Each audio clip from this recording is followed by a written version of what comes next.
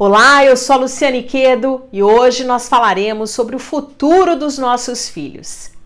Se você tem filhos, eu te garanto que eles devam ocupar ali as primeiras posições da sua lista de preocupações, não é mesmo? Mas é muito importante lembrar, assim como numa viagem de avião, que em caso de emergência você deve primeiro colocar a máscara em você e depois nas pessoas que precisam de ajuda. Assim também é quando falamos de finanças pessoais. Primeiro, nós temos que garantir que temos aí uma vida financeira saudável para que depois a gente comece ali a se preocupar com outras questões muito importantes também. Então, ter esse olhar da reserva de emergência que nós já falamos aqui, dos nossos objetivos de curto, de médio, de longo prazos, como a aposentadoria, por exemplo.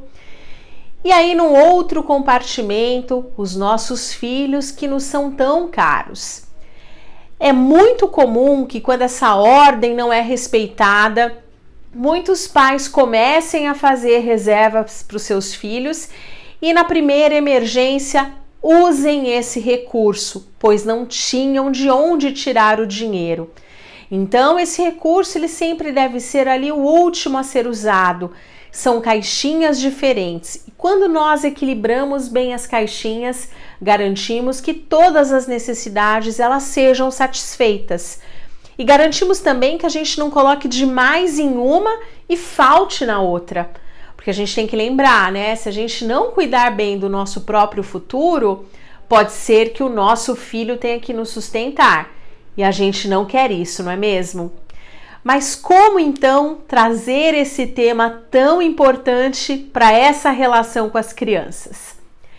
Antigamente, quando eu era criança pequena, lá em Itaquaquecetuba, falava-se que a idade ideal para começar a falar de dinheiro com os filhos era aos 12 anos. E esse assunto ele era tratado em casa, não era tratado nos bancos das escolas. Quem fazia faculdade de algumas áreas, por exemplo, como medicina, como odontologia, profissionais da área de saúde em geral, advogados, engenheiros, arquitetos, muitos que acabam abrindo as próprias empresas ou trabalhando de forma autônoma, também não aprendiam isso na faculdade. Hoje a gente já sabe que a idade ideal para começar a falar com os nossos filhos sobre dinheiro é a partir dos 3 anos de idade. Você ouviu certo, 3 anos de idade. Aquela idade em que a criança começa a nos pedir coisas que são compradas com dinheiro, ela já tem a ideia da monetização e nós já devemos começar a ensiná-la. Não é nem podemos, o verbo é realmente devemos começar a ensiná-las. Outra coisa importante é que a gente está vivendo um momento que é um marco histórico.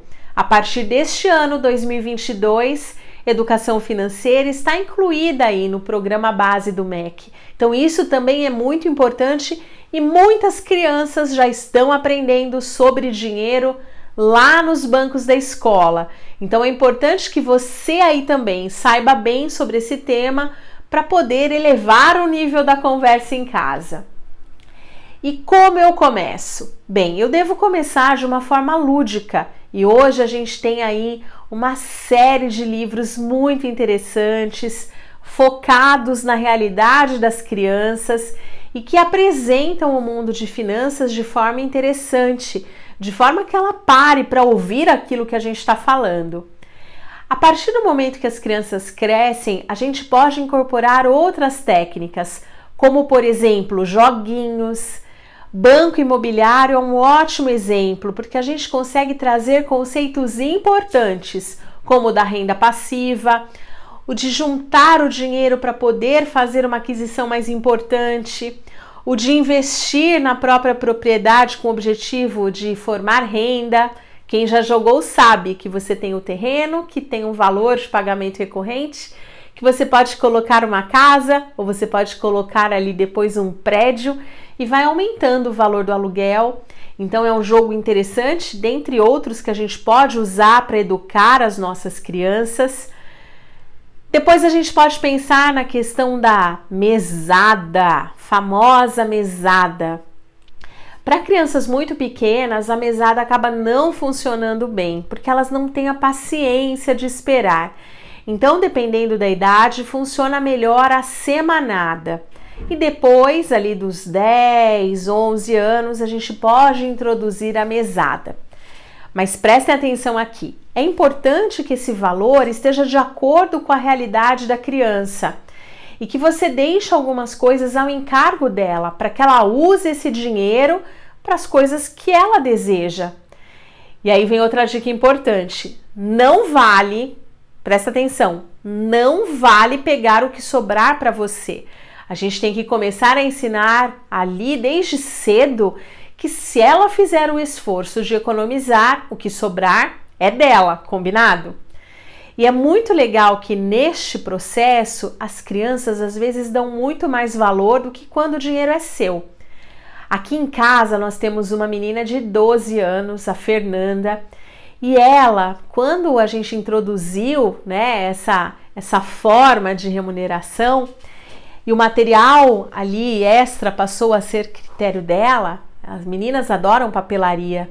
Nós fomos a uma papelaria no bairro da Liberdade, aqui em São Paulo, e a Fernanda tinha R$50 para gastar. E ela pegou muitas coisas que ela viu pela frente.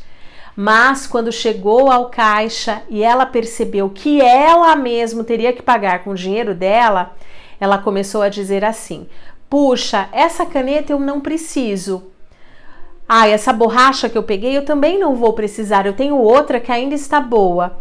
E assim, item a item, ela foi devolvendo. E eu disse para a moça da loja, ela está num processo de educação financeira e hoje a gente não vai levar nada. Fiz com que ela devolvesse tudo na prateleira. Mas veja que lição importante. Talvez se eu fosse pagar, ela levaria tudo aquilo ali, precisando ou não. E aí eu quero também chamar a sua atenção do quão importante é trazer esse assunto desde cedo, porque às vezes nós reforçamos comportamentos que não são aqueles que a gente quer que os nossos filhos tenham. Você já parou para pensar no processo do cofrinho ou do porquinho? Quem aí nunca viu aquele cofrinho bonitinho em formato de porco, não é mesmo? Olha o que a gente faz quando a gente estimula ali que se coloque dinheiro no porquinho. Primeiro, a gente está estimulando algo muito positivo, que é adiar ali o desejo de gastar hoje com um olhar de futuro. Isso é muito bom e é muito positivo. Mas, quando eu pego essa criança, levo ela no shopping no final do ano, com todas as moedinhas que foram juntadas no porquinho, para que ela gaste com o que ela quiser, e muitas vezes os amigos me relatam que aquele dinheiro não é suficiente para o presente e os pais completam, o que a gente está ensinando? Já parou para pensar que eu estou dizendo assim, você trabalha, tudo que você juntar você gasta, se não der não tem problema, se endivida e começa tudo no ano seguinte. Então eu tenho que tomar muito cuidado com isso. Hoje já é possível ter contas de investimentos em nome das crianças para que elas invistam essa sobra do recurso e para que elas também entendam o mecanismo do mercado financeiro e não fiquem ali na ponta devedora, que partam para a ponta investidora, para que sejam adultos mais conscientes, adultos que saibam lidar bem aí com as próprias finanças, para que tenham uma vida mais leve. Eu também estou deixando aqui um texto de apoio se você quiser ler um pouquinho mais sobre esse assunto. Até breve!